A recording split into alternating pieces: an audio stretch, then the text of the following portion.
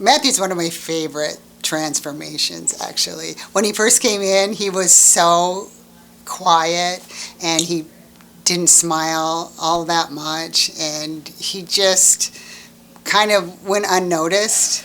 But as time went on, the more he got into the process, and even when he first got his temporaries, he was just beaming.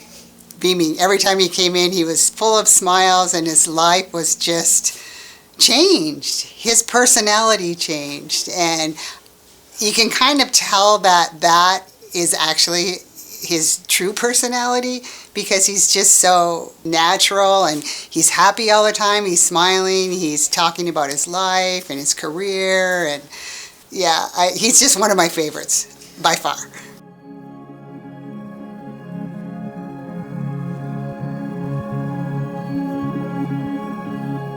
I organized it. So I started a nonprofit LGBTQ hockey league here in Arizona, and so I started playing in a league very similar to what we decided to do here in Wisconsin. I just happened to get hooked up with the right people. I work with the Arizona Coyotes, and they've been amazing through this whole process. Without them, we wouldn't have been able to do what it is that we do. I didn't grow up playing team sports, and so when I started playing 5 years ago, 6 years ago, geez.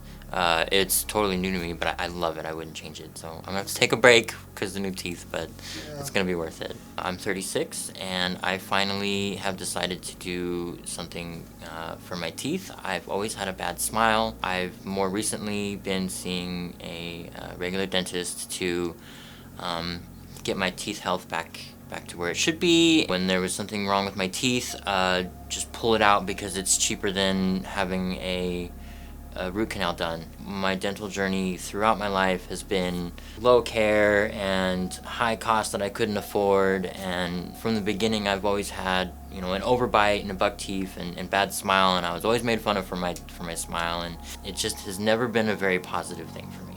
The last 5 years of my life I've been getting on track. I got married, I'm established in Arizona, I'm not going anywhere, I bought a home, so it's the right time and place for me to try to do something about it. If I laugh too hard, I will cover my face.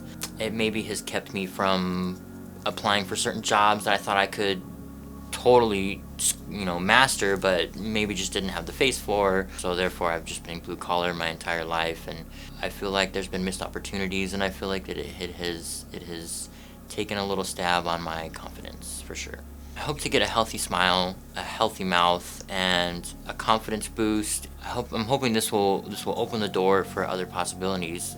Like I said, I work with some pretty big name organizations, and who knows what can happen with all of that. My biggest fear is the outcome. Is what is my face going to look like after these teeth are not sticking out anymore and my lips going to drop down? And I was very concerned with that before, after talking to Dr. Howell and Dr. Farley. I was reassured that I will get a temporary set to kind of check out what the smile will look like first. So it's not just this is what you get and this is what you have to stick with. So I was a little nervous about that, but I'm good now.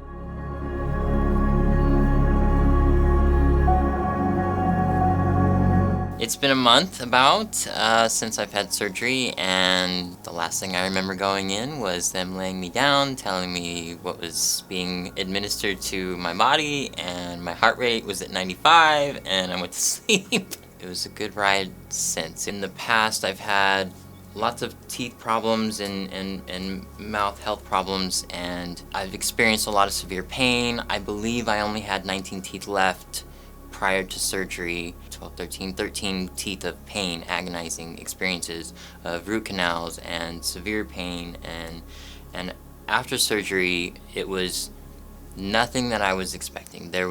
I wouldn't even describe it as pain, it was more of discomfort. So that was a relief, and I stayed on top of the meds, and it was a little shocking in many ways that it wasn't what I expected as far as what I was afraid of as far as pain. When I got home and I was able to not be post anesthesia, and I would look in the mirror, every time I looked in the mirror I would cry because it was amazing, it was emotional, it's unbelievable.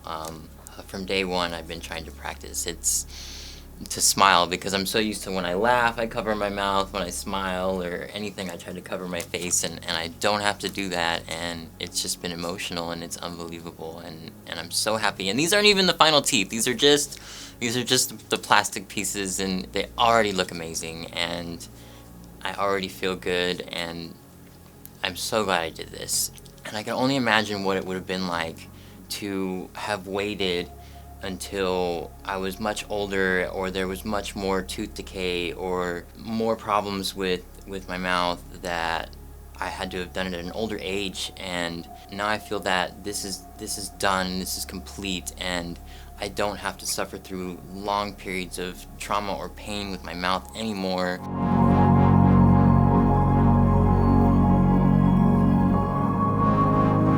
In the beginning, before you know what happens, it's a financial investment, and you're not sure, what else could be done with this kind of money, and am I making the right choice, and what's the outcome going to be? Am I going to love the teeth when they're in?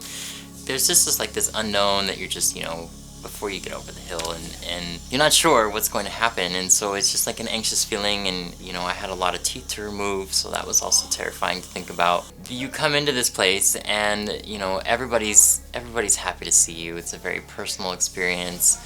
Everybody knows your name. It's not just some facility that people just see you at the front desk and they're like, "Hi, name please," and they know who you are, and they light up when they see you even before you had anything done, and they're excited for you so much that it helps you come in the building. You're like, okay, I feel more comfortable with what I'm doing. If I had known what the results were going to actually be like before I spent the money, or had to think about spending the money, it would have been no problem. It would have been no problem at all.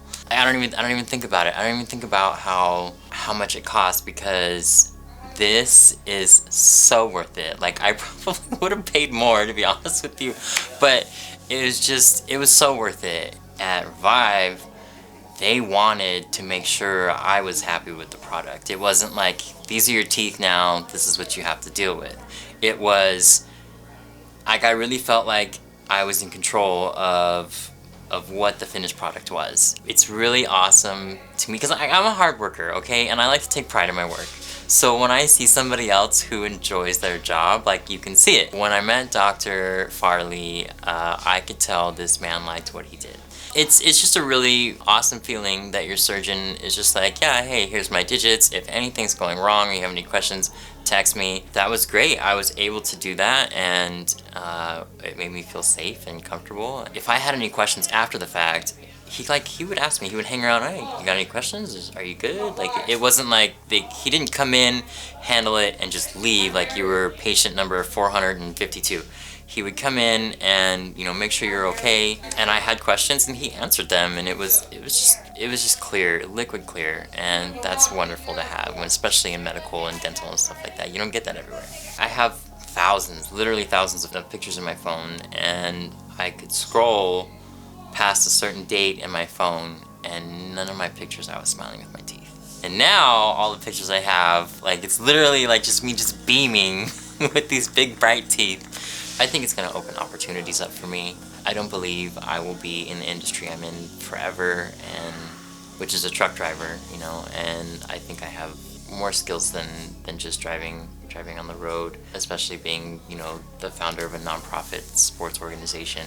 I will probably be able to charge into any kind of situation, with that much more confidence, and that might give me the edge in different things. So if I knew somebody that was suffering from failing teeth, especially like me, I would tell them that there's hope. I would tell them that this is worth it. I'm the founder and president of the Arizona Legacy Pride Hockey Association. Friday, October 27th was the Arizona Coyotes Pride Night game. We partner with the Coyotes in a lot of different stuff. They're a big supporter of our league, and they have helped us since the very beginning. They've been there to help us. And so we had some planned activations on the big screen, and in between periods we had a little shootout with a couple of our members on the ice during the game. And that day I was also picked to do the ceremonial puck drop, which was incredibly awesome. The stuff in between periods is not televised, but the puck drop is actually broadcast on live television. It was definitely surreal to walk out there, and it was just me, and they rolled out the red carpet, and I got to go out there with the captains of each team, and shake hands and hold the official game puck, and they let me take it home too. And I got to go up there, and I had this really kick-ass smile, and it was just a great experience. So it was great. It was just cool. It was surreal, totally surreal. I couldn't believe that happened.